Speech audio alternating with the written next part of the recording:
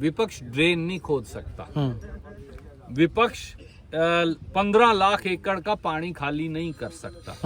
विपक्ष का काम है आवाज उठाना। भी अपने कुंभकर्ण वाली नींद से जाग जाओ और कम से कम आज लोगों के मर्रम लगाना शुरू करो।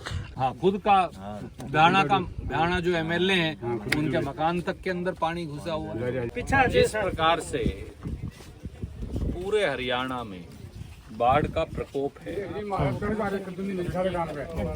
आज पूरे हरियाणा के अंदर 12 लाख से 15 लाख एकड़ खेती की भूमि जो है वो नष्ट हो चुकी है।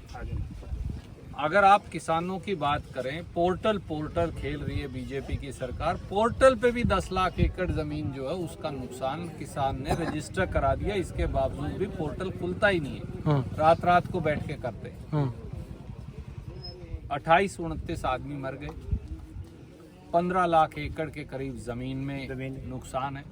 17 जिले बाढ़ की चपेट में हैं। हरियाणा में 7300 गांव हैं। उनमें से 2400 गांव की आबादी के अंदर पानी है। सारी ढाणियों के अंदर पानी है। कोई उम्मीद नहीं है पानी की निकासी का। सारे तटबांध टूट गए हैं, सारी ड्रेन टूट गई हैं। एक सीधा सवाल तो पूछा जाना चाहिए, श्रीमान नायब सैनी जी, बारिश से पहले सारे देश को पता था कि इसके बारिश बद्दी होने वाली है और मौसम विभाग ने बता दिया था। बड़े बड़े जो दूसरे मौसम वैज्ञानिक है उन्होंने बताया था। आपने फ्लड कंट्रोल बोर्ड की मीटिंग क्यों नहीं बुलाई? आपने डीसी और सारे अधिकारियों को क्यों नहीं बुलाया? आपने इंजन का, पाइपों का इंतजाम समय रहते क्यों नहीं करवाया? आपने सारे तटबांधों पे कट्टे लगाने, सारी ड्रेनों पे कट्टे लगाने का आदेश क्यों नहीं दिया? सारे हरियाणा की नहर, सारे हरियाणा के रजबाए, सारे हरियाणा की ड्रेन, सारे हरियाणा के पानी निकासी का इंतजाम क्यों नहीं किया? ये दिखाता है कि एक ऐसी सरकार है जो हेलीकॉप्टर से नीचे उतरने को तैयार नहीं है। आज भी 15 लाख एकड़ जमीन डूबने के बावजूद, 29 लोगों के मरने के बावजूद, सारे गांव जो हैं गमों के ऊपर खड़े हैं, इसके बावजूद एक आदमी ऐसा है हरियाणा में जिसको पता नहीं है कि बाढ़ आई है। उसका नाम है श्रीमान नायब सैनी। ना उनको, ना उनके एमएलए को, ना मंत्रियों को। अब भी कुंभकर्णी नींद से जाग जाइए और कम से कम सबसे पहले पानी निकासी आबादी से 10 दिन में से 15 दिन में, अगले 15 दिन के अंदर सारे खेतों का पानी खाली करवाइए। मैं भी मानता हूं, अगर मैं कहूं सुबह तक खाली करो, कोई नहीं कर सकता, परमात्मा भी शायद नहीं कर सकता, पर अगले 1 महीना में मिशन मोड पे गांव की, शहर की आबादी, हिसार में तो पूरी हांसी डूबी पड़ी है। आर्यनगर और पता नहीं बीसियों बस्ती, हिसार शहर की डूबी पड़ी है।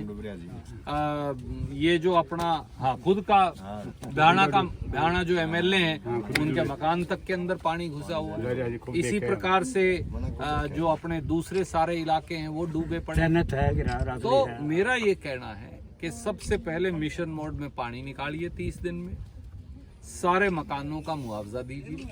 ये नया मकान है आपके पीछे, अभी तक तो पूरा भी नहीं हुआ। ये मकान आपके सामने है, नया मकान। ये सारे के सारे मकान जो हैं इनके अंदर तरेड़ आ गई है। कौन जिम्मेवार है? आदमी ने 10 लाख, 20 लाख, 50 लाख रुपया खर्च कराया, इनका मुआवजा कौन देगा? सरकार को देना। सारे ट्यूबवेल खत्म हो गए, सारे इंजन खत्म हो गए, उनका मुआवजा दीजिए। 50,000 रुपया किल्ला कम से कम इमीडिएटली किसान को राहत के तौर पर दीजिए। और जहां पानी नहीं निकल सकता वहां 1 लाख दो, क्योंकि अगली फसल भी नहीं दी जाएगी। जो लोग मरे, कम से कम उनके परिवारों को 50 लाख रुपया दो, जिसका आदमी मर गया।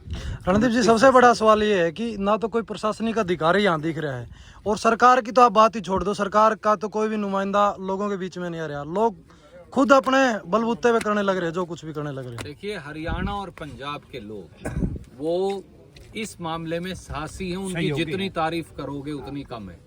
गांव गवांड, परिवार, रिश्तेदार, जात, धर्म सब छोड़ के हम एक दूसरे के साथ खड़े हैं। वो भाईचारा है हरियाणा का।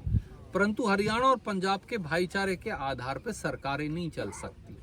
सरकार क्या करने लग रही है, उसकी क्या जिम्मेवारी है? बाढ़ रोकथाम का इंतजाम, बाढ़ आ जाती है पर बाढ़ रोकथाम का इंतजाम होता है। 15 दिन के अंदर पानी निकल जाता है, 20 दिन के अंदर पानी निकल जाता है, बाकी का मुआवजा दे देते हैं। हमने भी बहुत बार बाढ़ प्रबंधन भी किया है, बाढ़ देखी भी है, पिछले 30 साल 35 साल के अंदर। ऐसा लावारिस हरियाणा को छोड़ के दिल्ली की मोदी सरकार और हरियाणा की नायब सैनी सरकार भाग गई हो, ये पहली बार है।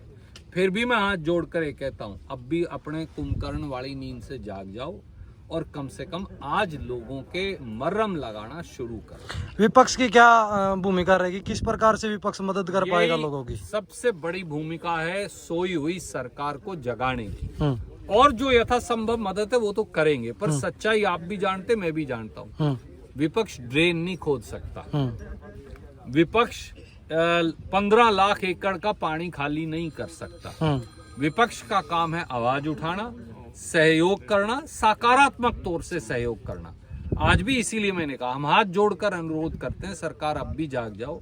आज कोई इलेक्शन नहीं होने लग रहा, इलेक्शन हो रहा होता तो शायद पानी निकल भी जाता, क्यों, फिर तो पर्चियों की जरूरत थी। अब जाग जाओ, अब भी मदद करो लोगों की, मरहम लगाओ, इसी की सबसे ज्यादा आज जरूरत है।